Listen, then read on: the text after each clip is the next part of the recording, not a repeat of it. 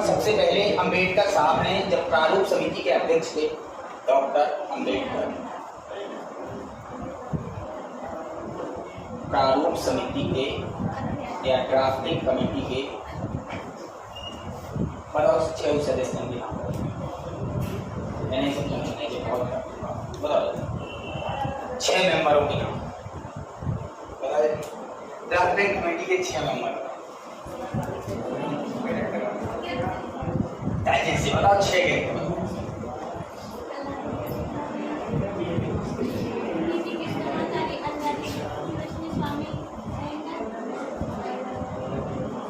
परीक्षा ले रहे हैं, कुछ पूछ ही रहे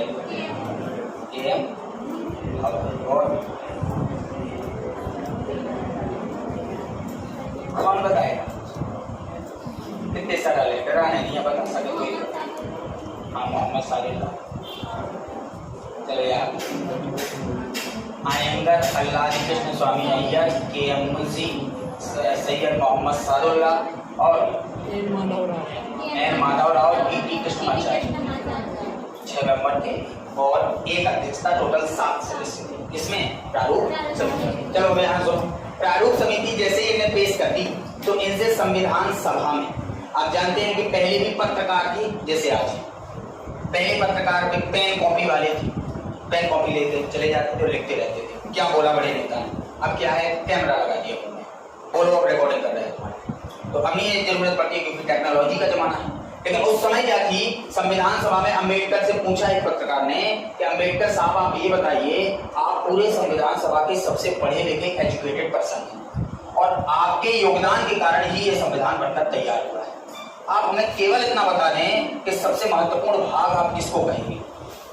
तो इनने भरी संविधान सभा और संविधान सभा के बाहर एक ही बात बोली थी कि अगर हमसे कोई पूछे कि संविधान का सबसे महत्वपूर्ण अनुच्छेद कौन है तो मैं अनुच्छेद 32 के सिवाय किसी और का नाम नहीं, क्योंकि मौलिक अधिकार तो मिल गए हैं लेकिन उसका ट्रीटमेंट कैसे होगा ये यहाँ पर बताया, इलाज कैसे होगा अगर उसका कोई हनन करता है।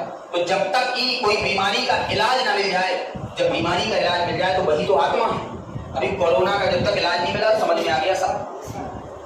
ऐसे ही यहाँ पर है कि मौलिक अधिकार तो दे दिए लेकिन उसके हनन पर जो इलाज मिलेगा, उपचार मिलेगा, वो कहाँ मिलेगा, 32 में मिलेगा। तो 32 में लिखा भी है संवैधानिक उपचार का अधिकार, कहेगा संवैधानिक उपचार का अधिकार।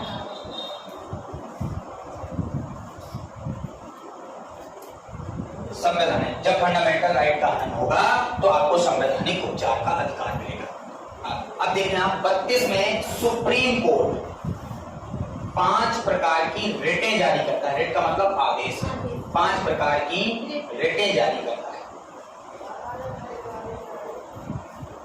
और वो 5 रिटें कौन है, हैबियस कॉर्पस बंदी प्रत्यक्षीकरण, दूसरा है परमादेश मैंडमस,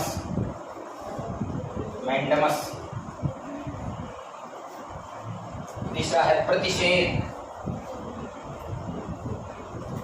प्रोहिबिशन और चौथा है उत्प्रेषण सर्टोररी और 5वां है कोवारेंटो अधिकार प्रेक्षा। कितने प्रकार की रेटें मिलती हैं, 5। कौन जारी करता है, सुप्रीम कोर्ट। किस आर्टिकल से, किसके हनन पर, फंडामेंटल। और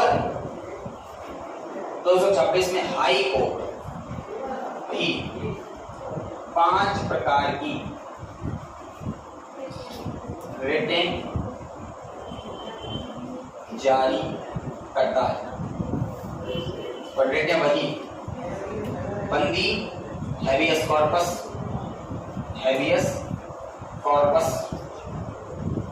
मैंडमस, परमादेश, प्रोहिबिशन प्रतिषेध, सर्टोररी, उत्प्रेषण, कोवारेंटो अधिकार रक्षा।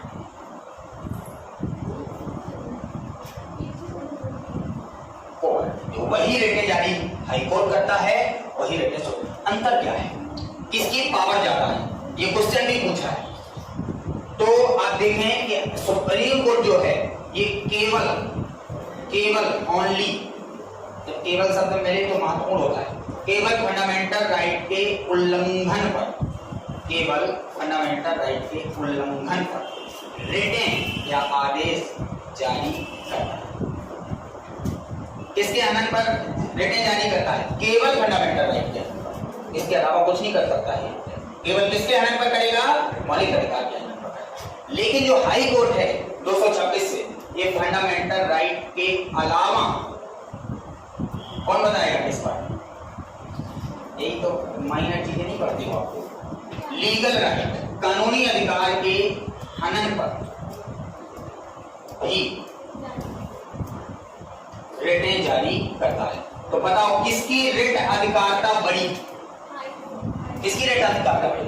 आप पूछा है क्वेश्चन एक बार कि सुप्रीम कोर्ट की रिट अधिकारता बड़ी होती है कि हाई कोर्ट की? किसको दिख रहा? हाई कोर्ट दिख रहा, क्योंकि वो फंडामेंटल राइट के अलावा किस पर जारी कर रहा? Legal right. और ये केवल किसके हनन पर?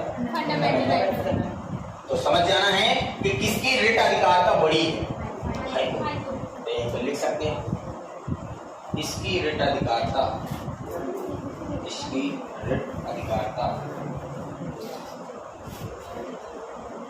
बड़ी और इसकी हाई कोर्ट से छोटी है। अब इन सबको आपको समझना है कि होते क्या है, ठीक है, क्या कहलाते हैं उनको देखना है। तो रिट अधिकारता कहाँ है? आर्टिकल 32।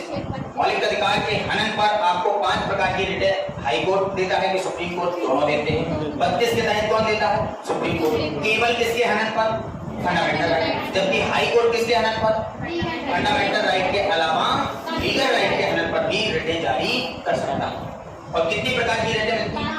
अंग्रेजी लिखते रहना, हैबियस कॉर्पस, क्योंकि पूछा है आपके व्यापन में। हैबियस कॉर्पस का शाब्दिक अर्थ क्या है? पीडी ने पूछ लिया क्वेश्चन, तो बंदी पड़ जाएगी। हैबियस कॉर्पस, मैंडेमस, और इसको क्या? प्रोहिबिशन, और इसको क्या? सर्टोररी, इसको कोवारेंटो। को देवनागरी हमें नहीं आओ कितनी अंग्रेजी, हमें उतनी ही अंग्रेजी आओ जितने में काम चले। अगर अंग्रेजी याद होती तो हम इंग्लिश मीडियम में पढ़ाओगे 2-4 लाख मिलते हैं। हैबियस कॉर्पस, मैंडेमस, प्रतिषेध। ये कौन है? इंग्लिश मीडियम वाले को पढ़ाने में बहुत सरलता है, बस अंग्रेजी भाषा सीख लो। सच्चाई है, इतने से नोट्स रहते होते, बेहतरीन पढ़ाई कर लो, एक बार तैयार कर लो, इंग्लिश मीडियम कुछ भी पढ़ा लो, बस अंग्रेजी हो आपकी सही, प्रोनाउंसिएशन जिसे बोलते हैं वो अच्छी हो, आपको लगे रहो, वो भी लगे रहे। हिंदी में पता चल रहा है कि है क्या कठिनाई। अच्छा, हिंदी कठिन है, इंग्लिश सरल है, और ये सच्चाई है। लेकिन हम लोग कठिन किसको बनाते हैं? इंग्लिश को कठिन। आप अंदाजा लगाओ, जिसमें 52 अक्षर है वो कठिन होगा कि जिसमें 26 अक्षर है वो कठिन होगा? 52 वाला कठिन होगा, और न जाने कितने विचित्र शब्द लिखने पड़ते हैं। ठीक है, तो समझ सकते हैं आप। हैबियस कॉर्पस, मैंडेमस, प्रतिषेध का मतलब होता है प्रोहिबिशन। प्रोहिबिशन का मतलब होता है सर्टोररी, इसका मतलब होता है कोवारेंटो। जो हमने वैसे ही लिखे तो देवनागरी लेकिन अंग्रेजी है, ठीक है। तो देख लो, हैबियस कॉर्पस, मैंडेमस, प्रोहिबिशन, सर्टोररी और कोवारेंटो, ये 5 प्रकार की रिटें मिलती। सबके अर्थ हैं बड़े शानदार अर्थ हैं, हमें पढ़ना भी पड़ेगा सभी को। और वहां पर भी 5 रिटें मिलती हैं हाई कोर्ट से। लेकिन किसकी रिट अधिकारता बड़ी है? हाई कोर्ट की। क्यों है? क्योंकि वो फंडामेंटल राइट के अलावा किसके? लीगल राइट के हनन पर भी जाए, ये केवल फंडामेंटल राइट पर रहता है। आज की कहानी इतनी ही रखने देते, क्योंकि हम नहीं बता पाएंगे पांचों के पांचों, उसमें लग जाना है कम से कम 30 मिनट, 30 से 32 मिनट पूरा समय लगेगा। इतने